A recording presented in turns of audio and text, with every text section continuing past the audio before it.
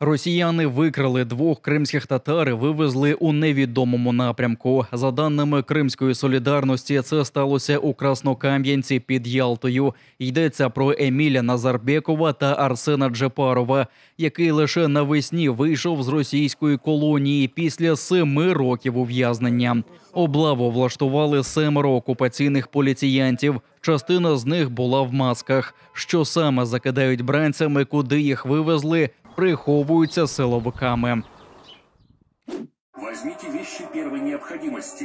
Тривогу в ручному режимі запровадила окупаційна влада Севастополя. Гауляйтер міста Міхаїл Розважаєв розповів про 3 види сповіщень про ракетну небезпеку.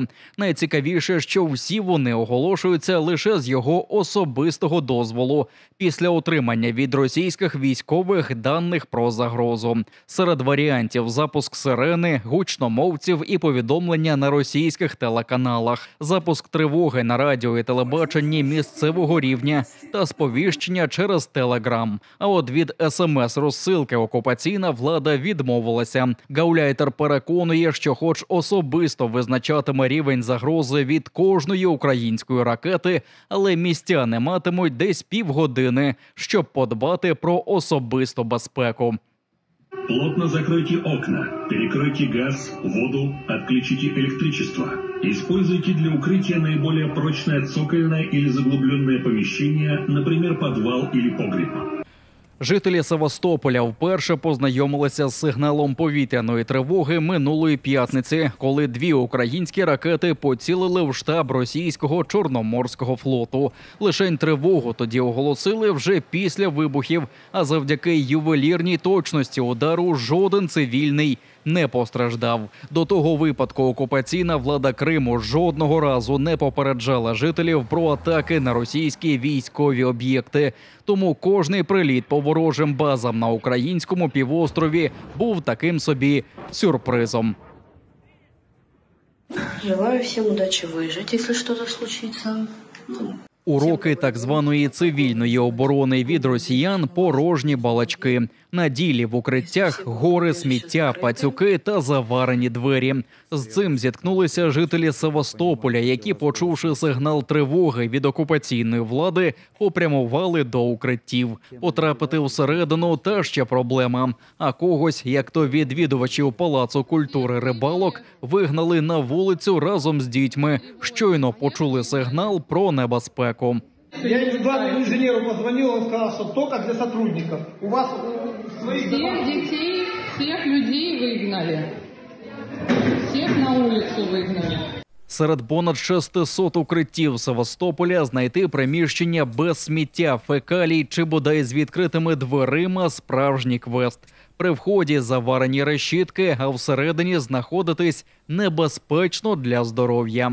У нас, посмотрите, какой там убежище. Там вот так, там хлам, там болото, там блоки. Да вы что? О чем вы говорите? Так они же говорят, это еще в том числе для ребят со школ. У нас есть подвалы, но зайти в эти подвалы там говна вот так. Поэтому, само собой, туда люди не пойдут. Якщо запитати, де в Севастополі укриття, почуєш просто під ногами. Так здавна жартували містяни про розгалужену мережу підземель з часів Другої світової війни.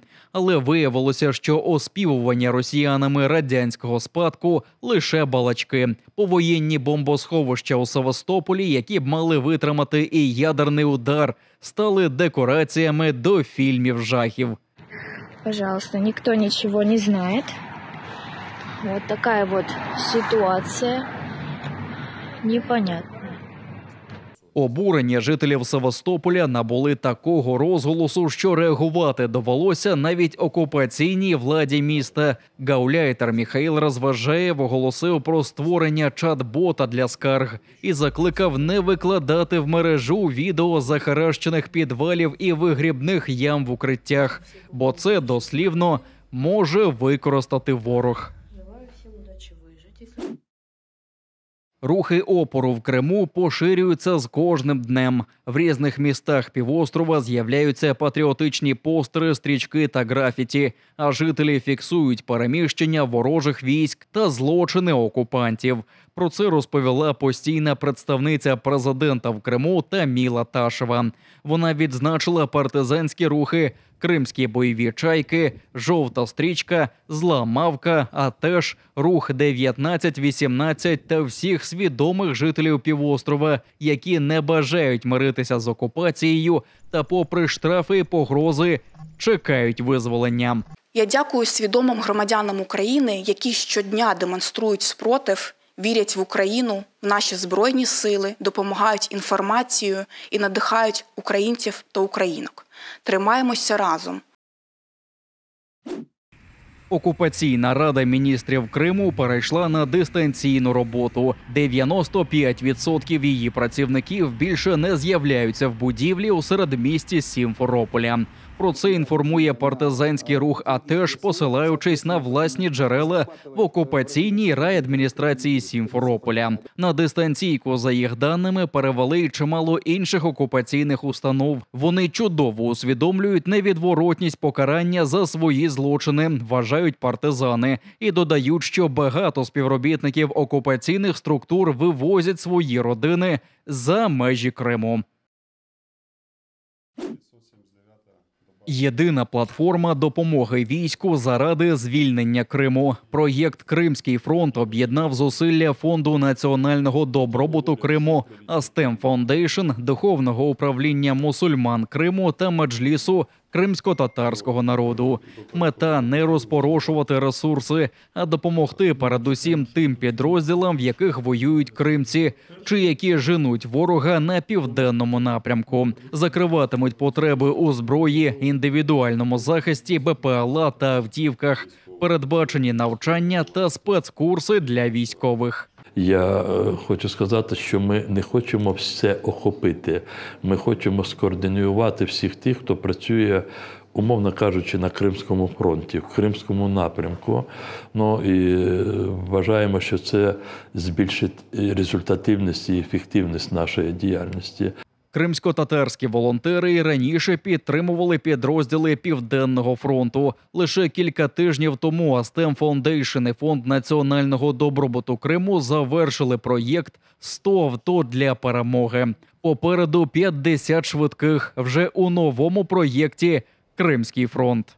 Лично мне, например, очень обидно слышать, что а где крымские татары, воюют ли они за Украину, как они помогают, а где украинцы Крыма и так далее. То есть, поэтому именно наша идея была создать этот Крымский фронт, который бы именно показал все наши проекты, объединил под одним общим зонтиком и именно помог всем нам увидеть друг друга. Во-первых, осознать, как нас много і які ми сильні. Всі проекти зараз, які були до цього і робилися, вони робилися незважаючи на географію. Коли ми говоримо, що для нас стратегічно важливий Кримський напрямок, саме для цього напрямку у нас є можливості мобілізувати суспільство, яке ближче до ідей, саме ближче до Криму, як то кажуть в лапках.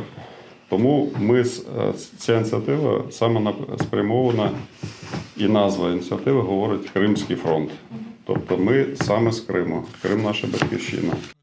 Інший напрямок Кримського фронту – гуманітарний. Волонтери мають досвід благодійного проєкту «Годуємо країну». Мобільна кухня здатна нагодувати 1500 людей, відома в багатьох прифронтових місцях, де кримці підтримують людей у скруті та частують національним пловом. Кримський фронт допомагатиме херсонцям, які втратили все після російського теракту на Каховський ГЕС.